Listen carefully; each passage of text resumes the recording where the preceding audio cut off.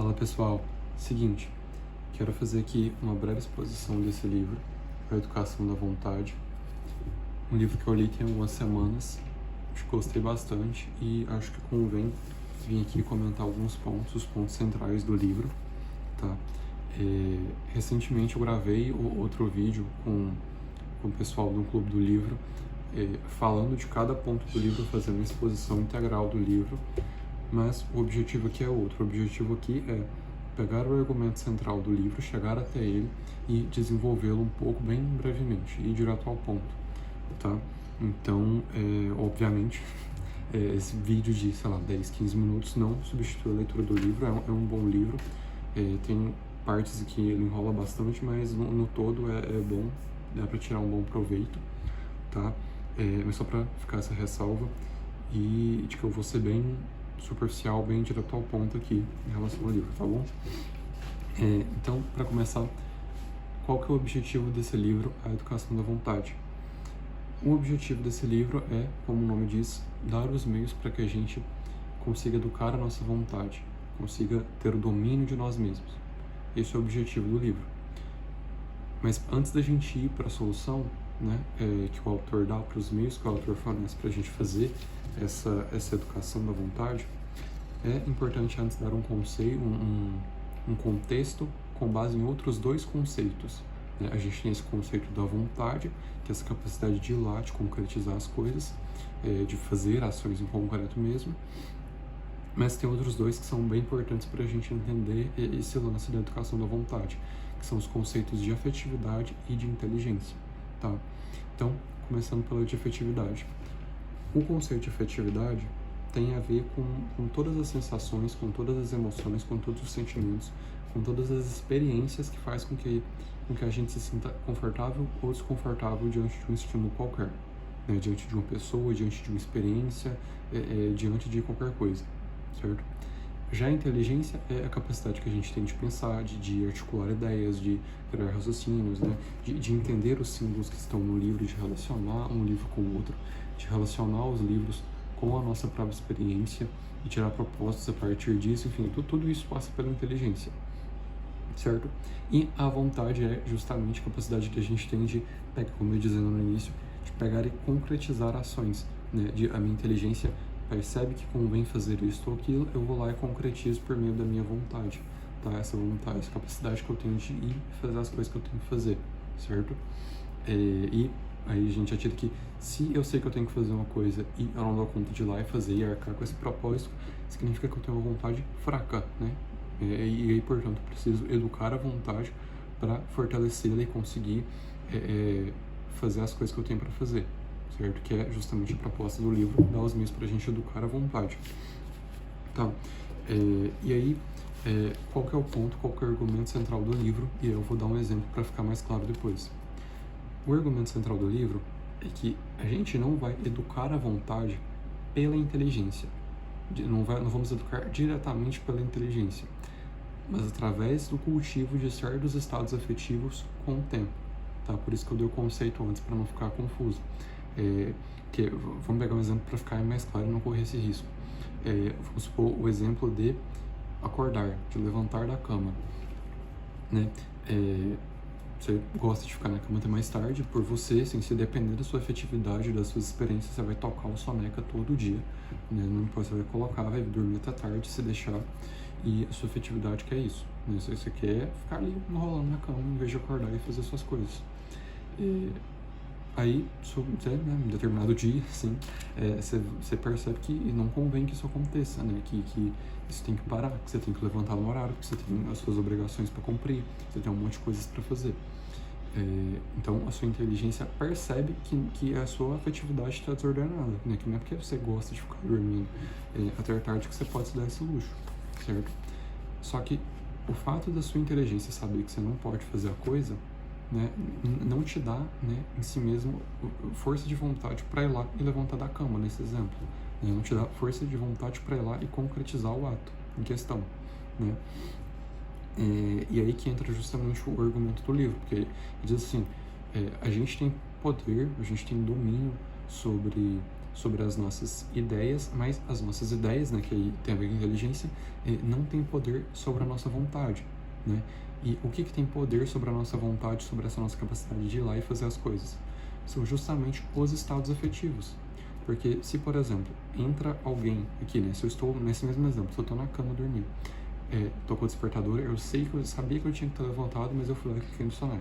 Aí eu tô lá fazendo isso, toco no soneca, viro, durmo mais meia hora, toco no soneca de novo, etc. E aí dá um determinado momento, chega alguém em casa, né? Alguém bate no portão. O que vai acontecer? Eu imediatamente vou me levantar num pulo, vou lavar a cara rapidão, vou ver se tem alguma coisa muito bagunçada, vou lá receber a pessoa, né? Por quê? Porque veio à tona em mim todo aquele sentimento, toda aquela carga afetiva da pessoa me pegar dormindo, por exemplo, né? Da pessoa estar batendo, a pessoa começar a me ligar, enfim, vem toda essa carga afetiva que faz com que eu saia do lugar, que faz com que eu levante da cama e de uma vez por todas, certo? Então é aí que ele mostra que a gente educa a vontade cultivando esses estados afetivos ao nosso favor, certo? Através desse cultivo, né, com o tempo a gente vai conseguir soldar uma vontade forte, uma vontade bem forjada, certo? Porque nesse caso foi o que uma pessoa que chegou do nada e aí fez com que eu desse esse pulo, por assim dizer, da cama, né? Mas tem como a gente cultivar isso em nós para que a gente consiga fazer as coisas que a gente tem para fazer. Então você tem um projeto específico, só que você sabe que você tem que fazer aquilo, mas você, enfim, a gente tem preguiça, a gente, né, não quer fazer outra coisa, a gente quer se distrair, etc.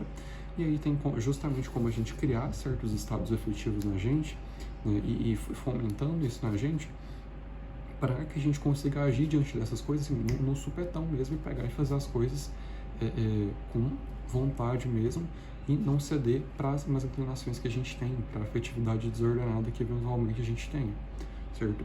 E o livro vem justamente para dar esses meios para a gente conseguir educar e forjar a nossa vontade, tá? E o livro dá 2 meios para isso. Ele dá a reflexão meditativa e a ação, certo? E esses são os meios que o livro elenca, que o autor elenca, para a gente conseguir, com o tempo, educar a nossa vontade, certo? Porque o ponto eu ia comentando isso, né? A gente tem poder sobre a nossa inteligência, mas a nossa inteligência não tem poder sobre a vontade. Eu saber que eu tenho que levantar da cama não muda em nada, eu continuo lá enrolando. Já os estados afetivos, eles têm poder sobre a vontade, mas eu não tenho sobre eles. E eu não vou ter se eu não cultivá-los de pouquinho em pouquinho, uma vitóriazinha cada dia, for cultivando eles, né? Eu não vou conseguir, certo? Então, o livro dá 2 meios pra gente fazer isso, dia a dia, e vai ficar mais claro o que significa, vou tentar dar um exemplo, pra gente conseguir educar a nossa vontade. Então vamos lá, primeiro, reflexão meditativa. A ideia dessa reflexão não é algo do tipo de devaneio, de ficar... Aquelas coisas, né? Eu não ia falar que é besta, mas pra alguém pode não ser, mas pra mim é besta. Então, de ficar lá com aquelas mãos assim pra cima, com aquelas posição nada a ver, pensando em nada, sei lá. Não é nesse sentido a meditação que ele fala, a reflexão que ele fala. A reflexão que ele fala é no sentido de refletir de fato sobre certas coisas, de modo que criem em nós, que surgem em nós, certos estados afetivos de amor ou ódio, né? Eu acho que, se não me engano, ele usa esses 2 pontos, né? Amor ou ódio, né? O amor ou repulsa. De criar esses sentimentos em nós, esses estados afetivos, e vinculá-los a certas ideias. Esse é o ponto da reflexão meditativa. Eu vou tentar dar um exemplo aqui para ficar bem claro, e vou utilizar a questão do trabalho, certo? Então vamos lá. Eu tenho lá uma série de obrigações no trabalho, né? Eu tenho que entregar um relatório, tenho que fazer isso, tenho que fazer aquilo outro. Ou como que entram essas meditações? Eu quero criar, né? Eu quero criar estados afetivos de amor ou ódio. De amor seria em que sentido? Eu vou pegar ali e vou parar para pensar, e vou listar os motivos pelos quais eu tenho que prestar aquele trabalho bem, como que vai ser bom para mim, de que maneiras aquilo vai me fazer evoluir, seja no trabalho, seja pessoalmente. E eu vou listar tudo que há de bom naquilo dali, né, certo?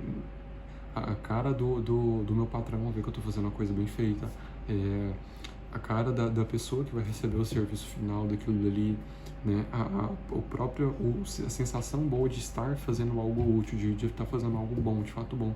Eu vou elencar todos esses motivos que fazem com que eu queira prestar esse trabalho bem feito, que fazem com que eu queira fazer isso bem feito, certo? E tendo elencado esses motivos, eu vou meditar em cima deles, certo? Então eu vou, e ele explica isso com mais detalhes no livro, né? Ele aprofunda em como que a gente pode fazer essa meditação e ir criando essas imagens na nossa cabeça e aprofundando, né? Parando para pensar, poxa, na cara que a pessoa vai fazer quando eu entregar aquilo bem feito, em concreto aquilo ali vai ajudar aquela pessoa, né? E tudo isso vai, aos poucos, vai criando em mim um certo estado afetivo de disposição para cumprir aquele trabalho bem feito de maneira mais fácil, né? Então eu lembro assim, eu tenho que cumprir o trabalho. Vem automaticamente toda aquela carga afetiva que eu meditei de como vai ser bom prestar aquele trabalho, certo? E o mesmo também por questão oposta, né?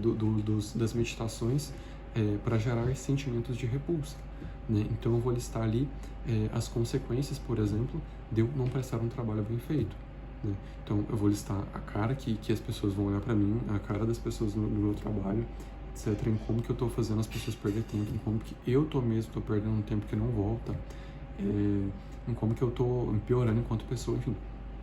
Uma série de pontos que eu posso elencar ali para gerar em mim certos estados afetivos de repulsa ao ato de não trabalhar bem, de não fazer as coisas que eu preciso fazer, certo? E eu vou meditando, aprofundando naquilo dali, vendo as coisas, entrando em contato observando também, um ponto de meditação tem vários, né, no caso, estou dando só um exemplo. Eu posso, sei lá, assistir um filme que ilustre bem essa imagem, para que eu tenha claro na cabeça, tenha claro na minha afetividade, nos meus estados afetivos, os dois pontos, né? Tanto as coisas que vão me motivar a prestar esse trabalho, quanto as que vão me gerar repulsa no sentido de não prestar aquele trabalho bem feito, nesse exemplo que eu estou dando. Então a gente tem esse primeiro ponto, que é o da meditação, que é essa primeira ferramenta que o autor dá pra gente, educar a nossa vontade, mas essa ferramenta né, da reflexão meditativa, ela se torna quase que inútil se a gente não aplicar logo em seguida a segunda ferramenta que ele dá, que é a ação, né? Que é basicamente a capacidade que a gente tem de, a partir dessas meditações, dessas reflexões, tirar propósitos em concretos e concretizá-los, ir lá e fazer a coisa, certo? Porque eu posso ter meditações ótimas que criam em mim aquele sentimento de ter que prestar aqui o trabalho, no exemplo que eu estava dando, né? Posso ter bem claro a importância que eu prestar um trabalho bem feito, como que isso vai influenciar na minha família, por exemplo. Posso ter muito claro, bem aprofundado, as imagens bem claras na minha cabeça, mas se eu não pegar lá e não for fazendo atos em concretos, pequenos atos todos os dias, não vai adiantar, né? Vai ser inútil, né? Então, a meditação, né, deve preceder a ação, né? Meditei, vi a coisa que eu tenho que fazer, tenho que ir lá e tenho que fazer, nem que seja uma pequena ação, né? Que vai ser justamente nessas pequenas ações do dia a dia que a gente vai forjando, que a gente vai educando a nossa vontade, né? Algo que o autor fala muito nesse ponto do livro, desse capítulo, que é o seguinte: basta um pouco de cada dia, se a cada dia você fizer esse pouco. Então não precisa, né? No início do livro ele fala um pouco sobre a preguiça, né? Porque a preguiça é o principal inimigo, por assim dizer, na questão da educação da vontade. E aí ele dá lá o exemplo de 3 tipos de preguiçoso, e um dos preguiçosos, que é o que ele chama de frouxo, né? A frouxidão da alma, tem uma particularidade interessante dele, é que ele consegue dar aquelas arrancadas, sabe? Tipo, ele consegue fazer as coisas assim no supetão, pegar e tipo assim, hoje eu vou fazer as coisas e fazer um monte de coisa de uma vez. Ele consegue fazer isso. Por que ele não consegue? Fazer pequenos esforços intensos e perseverantes numa única direção. Ele não consegue fazer esses pequenos esforços, né? Tipo assim, trabalhar muito num dia, de uma vez, até que não gera tanto assim, não tem tanto barreira para ele, mas fazer esse pequeno esforço todo dia é o que pega, é o que é difícil. E é justamente isso que a gente tem que ter em mente na hora da ação. Que por mais pequena que seja uma ação, ele é uma oportunidade de a gente estar educando a nossa vontade e estar, assim, por assim dizer, ganhando território, ganhando terreno nesse campo e cultivando mais esses estados afetivos.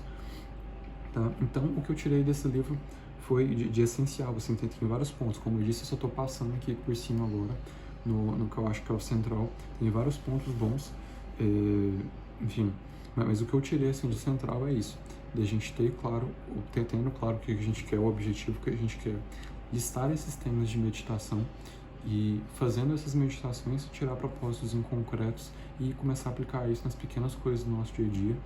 E é isso assim que pouco a pouco, diariamente, vai fazendo com que a gente ganhe o domínio da nossa vontade, consiga educar a nossa vontade para atingir os objetivos que a gente quer atingir, para dar conta de se esforçar mais numa única direção, enfim, para ter o domínio de nós mesmos, né? Falar que vai fazer uma coisa e de fato fazer, porque tem toda aquela carga afetiva que nos move, que nos leva a querer fazer aquilo, certo?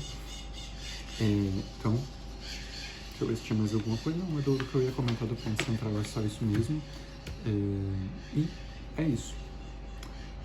Eu não sei como finalizar esse vídeo, eu vou deixar assim mesmo, porque o primeiro vídeo que eu tô gravando deve estar uma lambança, mas eu vou deixar assim mesmo.